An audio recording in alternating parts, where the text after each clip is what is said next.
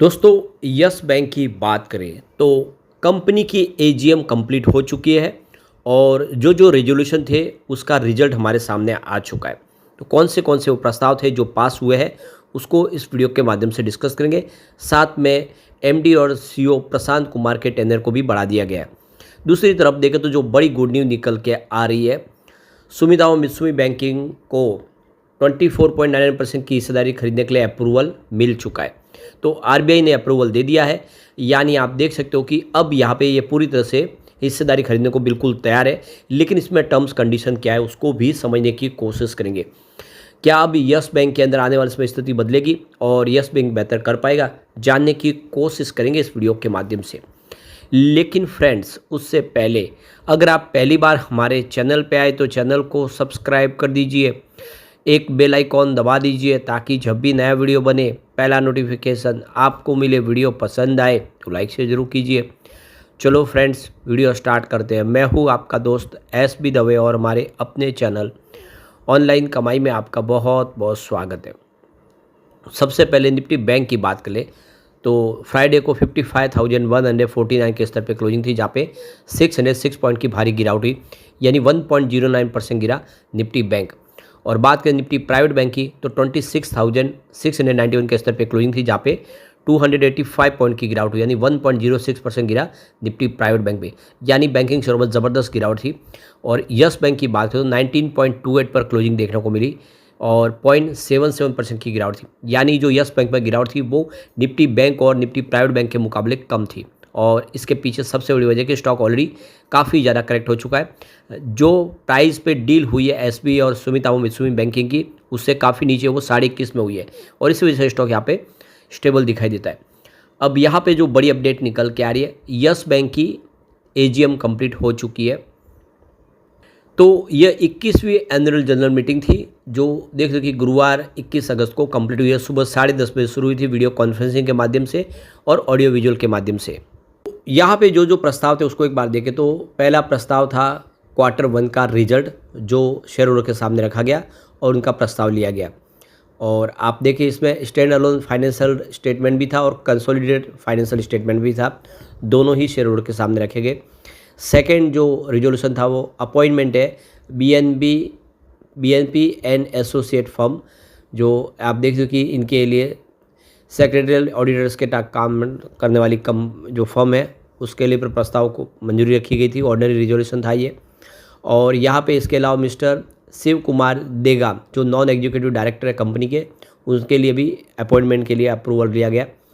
और दूसरी तो यहाँ पे देखो कि जो अप्रूवल दी गई है एक्सटेंशन ऑफ टेन्योर रीअपॉइंटमेंट है मिस्टर प्रशांत कुमार जो एमडी और मैनेजिंग डायरेक्टर और सीईओ थे, उनका भी प्रस्ताव यहाँ पे रखा गया।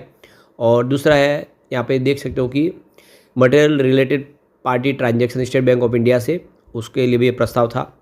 और उसके बाद में यहाँ पे YBL restricted stock unit plan, यानी जो ईएसओपी स्कीम के तहत जो शेयर जारी किए गए अपने एम्प्लॉयज़ को बोनस के रूप में, उस प्रस्ताव को स्पेशल रिजोल्यूशन के माध्यम से पास कर रखा गया। और इसके अलावा स्पेशल जो राइट ग्रांटेड किए गए वरुणताल होल्डिंग के लिए। और उसके बाद है अप्रूवल जो है special right granted Sumitomo Mitsui banking corporation limited जो अपनी हिस्सेदारी लेना चाहते हैं, उसके लिए भी स्पेशल रिजोल्यूशन प्रस्ताव था। और इसके अलावा आप देखिए स्टेट बैंक ऑफ इंडिया जो अपनी हिस्सेदारी बेचने जा रहे हैं, आर्टिकल ऑफ एसोसिएशन को लेकर जो प्रस्ताव था स्पेशल रिजोल्यूशन वो भी रखा गया। और इसके अलावा देखिए कि आप बैंक है जो फंड रेज करने जा रही है अलग अलग सिक्योरिटीज़ के माध्यम से, ये भी प्रस्ताव था। और इसके अलावा फंड्स रेज करने के लिए जो आपने डेट सिक्योरिटी जारी करने के लिए प्रस्ताव रखा गया, इससे 11 प्रस्ताव थे। तो अब इनके फेवर में किस तरह से वोट पड़े वो भी देख लेते हैं। तो जो पहला प्रस्ताव था Q1 के रिजल्ट को लेकर, उसके फेवर में 99.9347% वोट पड़े और पूरे बहुमत से ये प्रस्ताव पास हो गया। और दूसरा जो ऑर्डिनरी रिजोल्यूशन था उसमें बीएनपी एंड एसोसिएट जो फर्म है इनके सेक्रेटरियल ऑडिटर के तौर पे इस प्रस्ताव को भी 99.4350% वोट से पास कर लिया गया है। तीसरा जो रिजोल्यूशन प्रस्ताव रखा गया था ऑर्डिनरी रिजोल्यूशन था ये, देखो कि शिव कुमार देगा जो नॉन एग्जीक्यूटिव डायरेक्टर के तौर पे उनकी अपॉइंटमेंट की गई है। इस प्रस्ताव को 99.6763% वोट मिले उसके फेवर में। और उसके बाद जो प्रस्ताव था यहाँ पे रीअपॉइंटमेंट हुई है प्रशांत कुमार की एमडी और सीईओ की पोस्ट पे। इस प्रस्ताव को 99.1922% वोटों से पूरे बहुमत से प्रस्ताव को पास कर लिया गया, यानी आने वाले समय भी प्रशांत कुमार ही बैंक की सेवाएं देंगे आगे। अगला प्रस्ताव था पार्टी रिलेटेड ट्रांजैक्शन को लेकर, और ये 99 पॉइंट देख सकते हो कि 97% वोट से इस प्रस्ताव को भी पास कर लिया गया। और उसके बाद यहाँ पे जो ESOP स्कीम है YBL restricted stock unit plan 2025, इस प्रस्ताव में जिसमें कि यहाँ पे अपने एम्प्लॉयज़ को बोनस शेयर जारी करने, इस प्रस्ताव को भी यहाँ पे 99.0164 प्रस्ताव जो इसके फेवर में वोट पड़े और ये प्रस्ताव भी पास हो गया। इसके अलावा आप देख सकते हो कि यहाँ पे वर्मंता होल्डिंग्स लिमिटेड को स्पेशल राइट देने के लिए जो प्रस्ताव रखा गया था, इसके फेवर में 99.9453% वोट पड़े हुए ये प्रस्ताव भी पास हो गया। इसके अलावा देखें तो यहाँ पे Sumitomo Mitsubishi banking corporation limited India के अंदर अपनी हिस्सेदारी लेना चाहते हैं बैंक के अंदर, उस प्रस्ताव को भी यहाँ पे 96.87% वोट से प्रस्ताव को पास कर लिया गया है। ये प्रस्ताव भी पास हो चुका है। और जो बैंक फंड रेजिंग करने जा रही है, इस प्रस्ताव के लिए 99.5363% वोट पड़े, ये प्रस्ताव भी पास हो गया। और जो डेट सिक्योरिटी जारी करने के लिए जो प्रस्ताव रखा गया वो भी 99.1280% वोट, यानी लगभग 100% वोट से प्रस्ताव पास हो गए। सारे रेजोल्यूशन थे वो पास हो गए। यहाँ पे देख सकते हो कि एमडी और सीईओ प्रशांत कुमार को फिर से मौका दिया गया, उनके कार्यकाल को बढ़ाया गया। तो देखिए कि 6 अक्टूबर 2025 उनका कार्यकाल पूरा हो रहा है, वहाँ से लेके अब 5 अप्रैल 2026 तक के लिए वो एमडी और सीईओ की पोस्ट पे रहेंगे, यानी आने वाले 1 साल तक भी अभी फ़िलहाल जो है एमडी सीईओ प्रशांत कुमार ही रहेंगे, उनके हिसाब से ही इसका कामकाज आगे बढ़ेगा। और इस प्रस्ताव को भी यहाँ पे मंजूरी मिल चुकी है। अब एक जो बड़ी गुड न्यूज और निकल के आ रही है, सुमितोमो मित्सुबिशी बैंकिंग कॉरपोरेशन 24.99% की हिस्सेदारी यस बैंक में लेना चाहते हैं और इसको अप्रूवल मिल चुका है। तो ये देख लो कि यस बैंक में हिस्सेदारी हासिल करने के लिए Sumitomo Mitsubishi banking corporation limited को RBI की तरफ से अप्रूवल मिल गया है।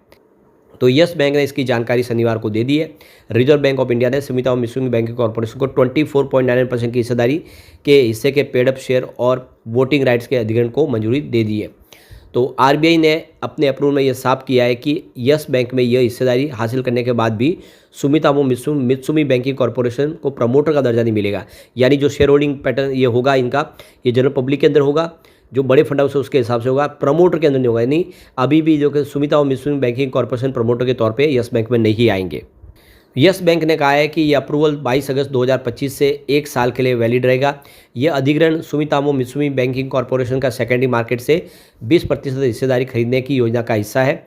इसमें स्टेट बैंक ऑफ इंडिया का 13.19%, एक्सिस बैंक, बंधन bank, federal bank, HDFC bank, ICICI bank, IDFC first bank और कोटक महिंद्रा बैंक की हिस्सेदारी मिला के 6.81% की हिस्सेदारी है।